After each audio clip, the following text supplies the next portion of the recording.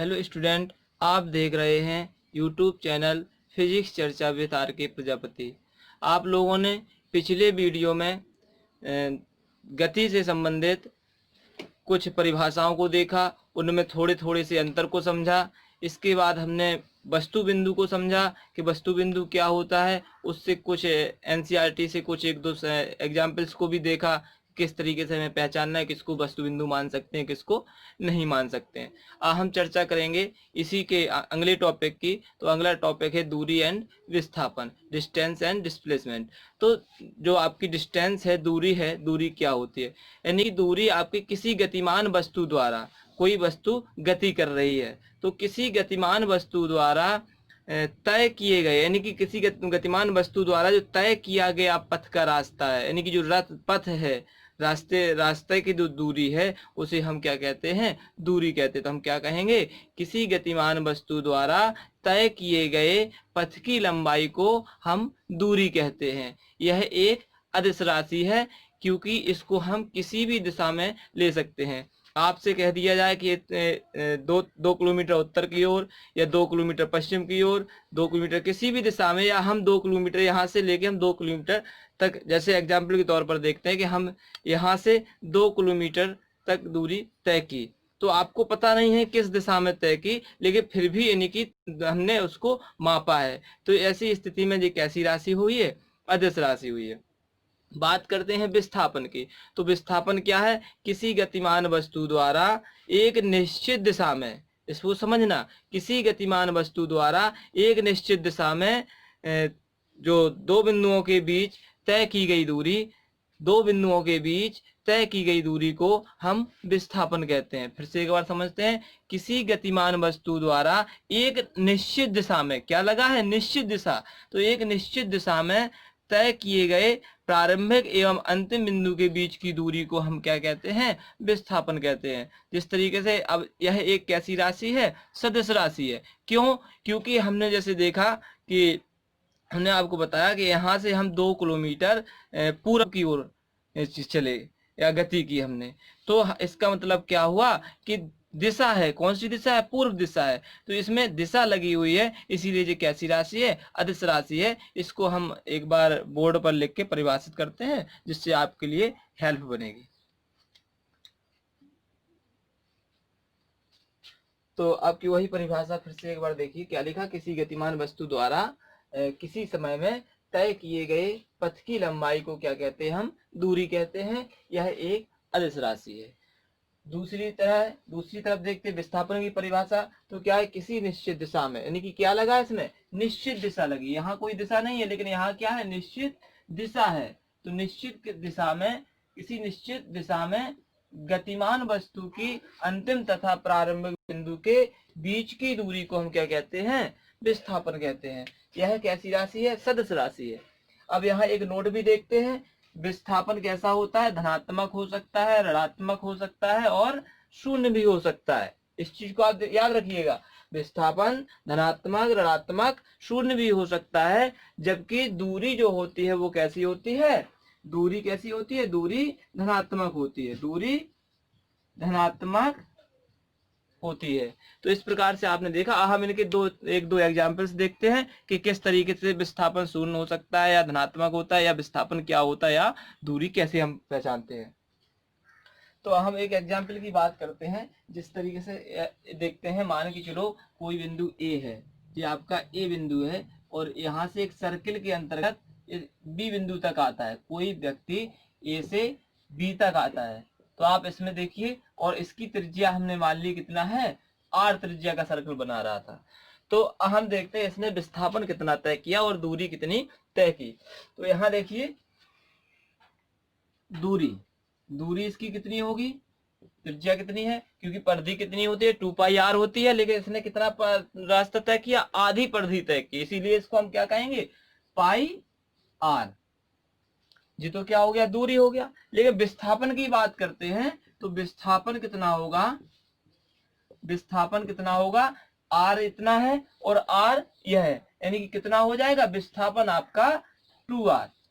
तो दूरी और विस्थापन में देखा आपने कितना अंतर है कि तय किया गया जो रास्ता है, जिस रास्ते से मैं चला हूं जहां तक गया हुआ है, बिंदु बी तक आया ए से, वो क्या हो गया, दूरी हुई। जबकि विस्थापन क्या है, डायरेक्ट डिस्टेंस होती है, नहीं दो बिंदुओं के बीच की दूरी, जहां से चला और जहां पहुंचा। तो ये इस तरीके से अब देखते हैं, जैसे कि मान के चलो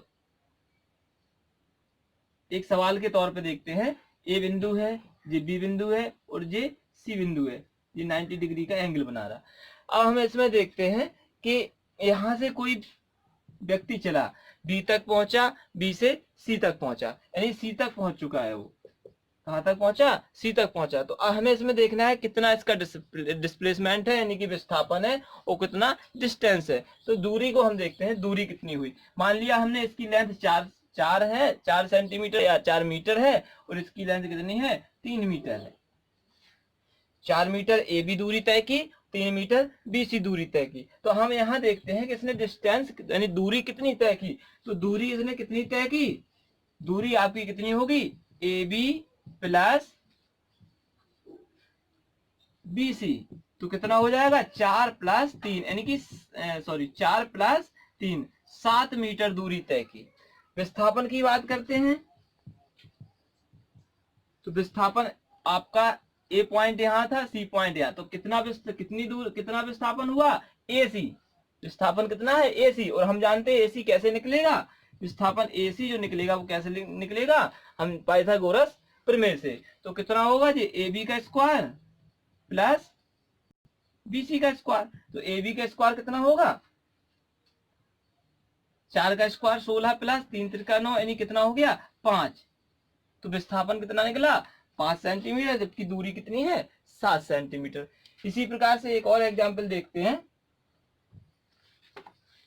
हम इसमें याद करते हैं, जैसे मान चलो कोई बिंदु ए पर व्यक्ति है, वो यहाँ से ए बी से होता हुआ इस तरीके से आता है, और आपका पुनः ए बिंदु पर आ जाता है। तो हम देखते हैं इसमें दूरी इसने कितनी तय की। तो दूरी हमें पता है, इसने पूरा सर्कल तय कर लिया है, इसीलिए कितना हो जाएगा, 2 पाई आर, क्योंकि त्रिज्या इसकी कितनी है, आर है। अब हम बात करते हैं विस्थापन। तो विस्थापन कितना है, दोनों बिंदुओं के बीच की दूरी कितनी है, कोई दूरी नहीं है। क्यों, क्योंकि वो ए से चला और ए पर ही आ गया, तो इसीलिए विस्थापन कितना हो गया, विस्थापन आपका इसका कितना हो गया, 0 हो गया। तो इन सभी चीजों को हमने देखा।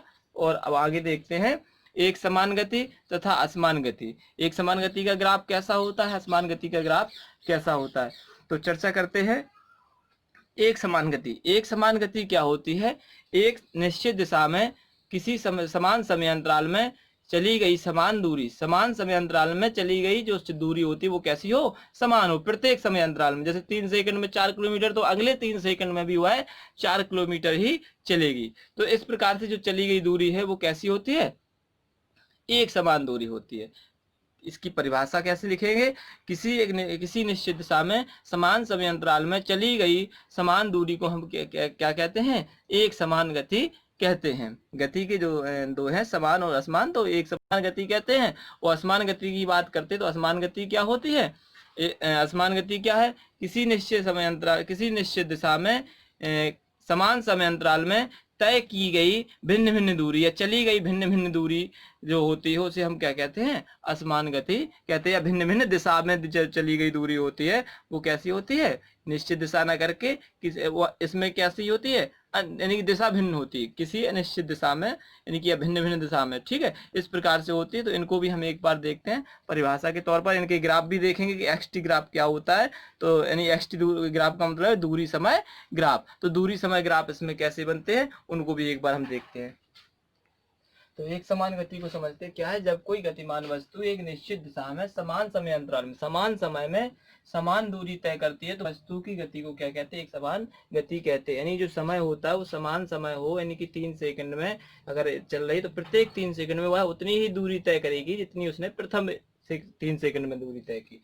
उसका ग्राफ देखते हैं हम, दूरी समय ग्राफ बोलते हैं, एक्सटी ग्राफ बोलते हैं इसी को। तो मान लिया जो वाई अक्ष है वो कौन सा है, एक्स है, और जो एक्स अक्ष है वो कितना है, समय है। तो यहाँ पर देखिएगा समय में कैसी रेखा प्राप्त हो रही है, एक सीधी रेखा प्राप्त हो रही है, क्योंकि इसमें क्या है, समय और दूरी, क्योंकि वो समान समय में समान दूरी तय कर रहा है, इसीलिए इसमें एक कैसी रेखा प्राप्त है, सीधी रेखा है। और इस ग्राफ में भी हमें दिखाई दे रहा है कैसी रेखा, एक सीधी रेखा प्राप्त होती है। तो हम कह सकते हैं कि जब दूरी समय ग्राफ में, जब एक समान गति में जो ग्राफ दूरी समय ग्राफ में रेखाएं प्राप्त होती हैं वो कैसी होती हैं, सीधी रेखाएं प्राप्त होती हैं। अगर यही विरामावस्था का ग्राफ होता तो कैसा होता, जैसे आपका x दूरी ये है और समय कितना है t है, तो यहाँ पर हम देखेंगे जब विस्थापन का होता तो एक सीधी रेखा इस तरीके की होती। क्यों, क्योंकि यहाँ समय बढ़ा, वस्तु विराम अवस्था में है, इसीलिए यहाँ यही रहेगी, दूसरा समय बढ़ा फिर भी यही रहेगी, तीसरा समय बढ़ा, इस प्रकार से जो विराम अवस्था का ग्राफ है वो इस प्रकार का, जबकि गति अवस्था एक समान गति का यह ग्राफ है। अब बात करते हैं असमान गति का। तो असमान गति की बात करते हैं। असमान गति क्या है, जब कोई गतिमान वस्तु समान समय अंतराल में भिन्न भिन्न दूरी तय करती है। समान समय अंतराल में कैसी दूरी तय करती है, भिन्न भिन्न दूरी तय करती है, तो वस्तु की गति को हम क्या कहते हैं, असमान गति कहते हैं। असमान गति कहते हैं, ठीक है। तो इस प्रकार से अब इनके यानी दूरी समय ग्राफ में देखते हैं तो आपके इस प्रकार से ग्राफ प्राप्त होते हैं कि देखो कुछ सेकंड में बढ़ता जा रहा ग्राफ, फिर इस तरीके से, तो इस तरीके से टेढ़ी मेढ़ी, कुल मिला के हम क्या कह सकते हैं, असमान गति में जो ग्राफ में दूरी समय ग्राफ में जो रेखाएं प्राप्त होती है वो टेढ़ी मेढ़ी रेखाएं प्राप्त होती हैं। तो हमने आज का कॉन्सेप्ट में दूरी विस्थापन पढ़ा, दूरी विस्थापन को समझा एग्जाम्पल के थ्रू, और हमने इसमें क्या देखा, असमान गति तथा समान गति। तो अगले चैप्टर को इसी चैप्टर में अगले टॉपिक को हम अगले वीडियो में ध्यान से और विस्तृत तरीके से पढ़ेंगे।